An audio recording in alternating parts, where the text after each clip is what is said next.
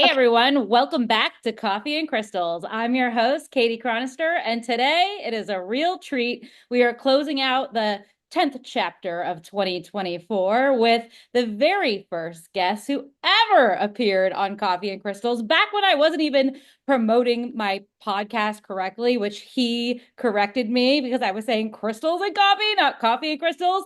But without further ado, my nephew, one of my very favorite people, Lincoln Bender. Hey, Link, what's up? Hi, Welcome to the show. I'm doing awesome. You are, you look like you've been doing awesome, but I'm not gonna lie. I'm a little upset. I think this is the longest we've gone not seeing each other. Yeah, probably. I don't think I've seen you since the reunion. No, I really don't think you have. I hate this for us. How old are you now? Well, I know how old you are, but update the listeners. I'm 10 now. Oh my gosh. Isn't that like in kid language, basically, like early teens? Double digits. Yeah, now I can go wherever I want. Really? No. Like what? I was gonna say, what can you do that's different at 10? My mom's friend said that I can go with her sons with them in the neighborhood when I turn 10, and I had just turned 9. Woo! What's so special about this neighborhood? I don't know. I was just stuck with their 5-year-old daughter. Speaking of 5-year-old daughters, how old is your sister now? 2. Oh my, okay, so not But she five. has the What? mind of a 3-year-old. Oh, well, so did you, by the way. She looks so tall. Is she taller than all her friends? Yep. Okay, honestly, you're gonna have to do me a favor, some auntie duties. Like, you got to spend so much more time with me when you were her age. Like, I'm missing out. You got to make sure you tell stories about Aunt Katie. Okay. Didn't Like, remember it. well, what kind of story? Yeah, let's get into this. Actually, let's practice. What kind of stories are you going to be telling her about me? I don't know. I know one about Uncle Frank. Okay, well, tell me. Well, now I need to know about Uncle Frank. When we went to Kentucky as a family, he was singing about Bigfoot with his guitar.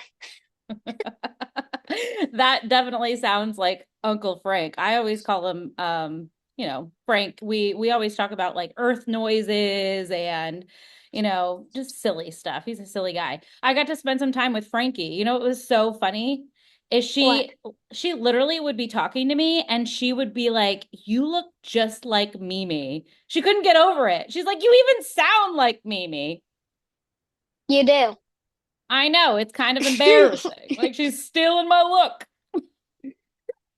Well, I wanted to recap. So obviously to circle back everyone, Coffee and Crystals is a podcast where we talk about stories. It's a place where as a writer, I can start writing my story as a human on this earth and I get to introduce cool people like my family members and guess where you can learn about self-development, career, health and wellness. So you were my very first guest on the show and when I watched that episode, I was so nervous interviewing you, but some of the OG listeners have now heard you. This will be the third episode that you have been on Coffee and Crystals. So, what do you want to update the listeners? What happened this last year? What are some highlights of being in 2024 from your perspective?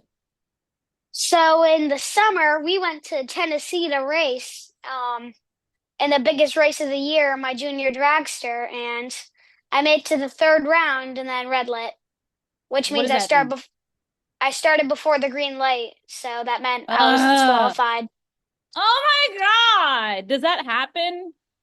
Yep, Uh, basically all the time. Oh, really? Okay. See, I don't know. What are other things that you have to worry about and as a dragster?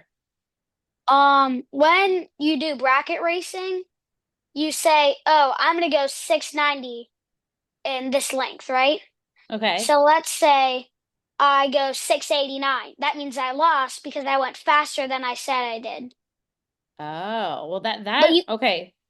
but Go. you can go slower than you said you did. You just can't go faster. Okay, so what do you struggle with the most? Probably not going faster than my dial in, which is called breaking out.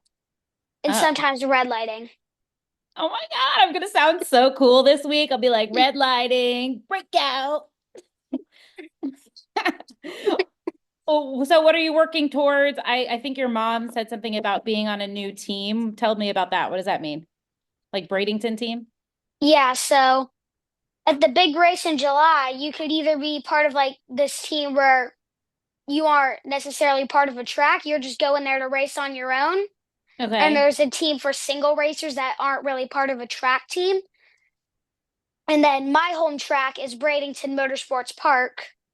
Okay. And if I wanted to be on a track team, I had to be on Bradenton, unless I was on Gainesville, which is 4 hours from us. Oh, boo! Go Florida State. Boo Gators. Sorry. That was a rival town for me at Florida State University is their rival football team lived in Gainesville. So you can't be going to Gainesville. Nope. Nope. All right, cool. Well, that's probably one of the coolest things. Do your friends think this is really cool that you do this? Yeah, most of them not really care.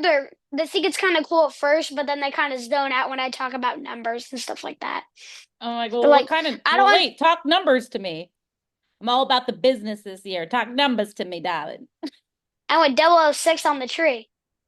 What does that mean? You wrapped around the tree? Well, don't do that. No. Please don't do that, actually. What does That it mean? means I was 6 thousandths after the light turned green. So that means I was 6 thousandths. That was a really good light. So I was really close to being perfect on the tree. Oh my gosh. That's You never, will. that's never actually happened, but I just gave up something random. I've been two on, I've been two on the tree. That's accurate. Two on the tree. So that means I was 2 thousandths away from being perfect, That's so cool. which I'm pretty You're sure is like a blink of an eye or less. wow. Do you ever get scared? Is it scary to do? Um, it's not necessarily scary. It's almost a little, I'm a little bit nervous that I might fail, Aw. like that I might lose or something like that.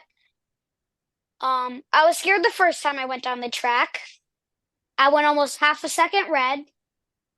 So I mean, I Okay. started half a second before the light turned green. Light Oh turned my gosh. green. I feel like I would do that all the time. I think that would get me good. That would get me good. I'd be like, but that's good. I feel like, I teach yoga and I love yoga, but I'm like, Mhm, yoga and meditation and prayer and all that quiet stuff that you do, that's probably really good for your mindset and for your mental training to not be so mhm, quick and to be a little bit more patient. Because I know meditation for me, it helps me kind of like slow down because you and I are very similar. Like, I was mhm. always getting in trouble at school for being the class clown. How's that going, by the way? Are you getting better at that or are you still joking it up? I've gotten a little bit better and still kind Okay. of joking it up. Well, I'm loving the self-awareness on this. Not as bad, but there's some times where I can be a tiny bit talkative. Yeah, well, it runs in the family. And just remember, we have to learn to reel it in, but definitely remember that it's one of our gifts, right? Like Hmm. our family, we are funny, we are storytellers. So we have to learn to reel it in, but we can never stop being who we are. Power Hmm. to the jokes. Yeah. Yeah, fist pump. All right, well, I wanted to kind of to get like serious real quick and like not to get too much into a business plan, but I kind of wanted your opinion on something because I know that I pull from a lot of things that I did as a kid in my own like business adventures and like ideas as an entrepreneur. And one of them is I really want to create a journal because I've always like written in my diary and written in my journal and now it's something I do for like self-help and self-care when I'm feeling sad or I need inspiration. Like I'm a big writer. So as a kid, I used to always write who I was praying for. I would like speak to God in my journal, but I would also write goals and then I would like follow up a couple weeks later and like update myself basically on like how I did on that goal. What is your thought on that? Do you journal or write or as a kid, would that be helpful for you or do you think that that's just something I thought of because of being a kid? I don't really do anything like that. I might draw something in a journal when I'm trying to like make an engineering drawing, like a Lego drawing. but Well, you're gonna have to send me some of those. That sounds so I'm a bad cool. artist. I'm a bad artist. But hey, at I least draw. you're showing up. I can't really show you because they're all in my mind. Oh, gotcha. I have Okay, one. so that's not really something that you feel like you would do as a kid, but maybe like people my age group, it would be helpful, or anybody that likes to write to like for therapeutic and self-help benefits. Is there anything else that you do? So you draw. So let's say you're like kind of just want to be alone, or maybe you mentioned earlier that you have fear of failure, that that's like what you're scared of, that you're going to mess up. What do you do to help yourself through that and like to feel better and to calm down? So my dad always tells me when I pull up into the lanes to go down the track and do my burnout, which basically I just floor it down to spin my tires and get them hot. He Okay. tells me to take a deep breath so I'm calm and not all energetic and like I might not be like, oh, I see the light now and I go early. So tries to That's a keep good me one. calm so that way I steady mind and I don't lose my head. Oh my God, I love that. And that's kind of similar to what I said earlier about yoga and meditation. It helps you to kind of slow down and be calm. So go, Donnie. That's good advice. All right, two last questions, and then you could ask me a question if you have one. What would you say, and sorry if this gets a little personal, you don't have to answer it, but what would you say was one of the hardest things that's ever happened to you in your life, in your 10 years of life? Um, Probably my third year of life, I lost my two dogs and my dad passed away. Yeah. So that was probably one of my hardest times, but it doesn't really make me feel sad anymore. I sometimes will feel some days where I just am sad about it, but my new dad's really awesome and I love him so much. Yeah, And I'm you and are. I'm proud that he's my dad. He's so cool. I kind of feel the same way. Like when I think about just how horrible all of that was and just how awesome God is because he puts us through these tests, but it's just shaping who we are. Similar again, like I said to us earlier, like our family has gone through a lot of trauma and hardship. And joining our family, that means buckle up because it's not going to be easy. But you and I and the rest of our family, we always come out on top. Heck yeah. All We're right. the winners. Winner, winner, winner, chicken dinner. What was that rap we had at the union? Something about like Oh, something about chicken. no, it was um Oh my it gosh, was I like can't remember. cracker, salami, cheese. Oh yeah, because your mom, Everybody dropped the beat.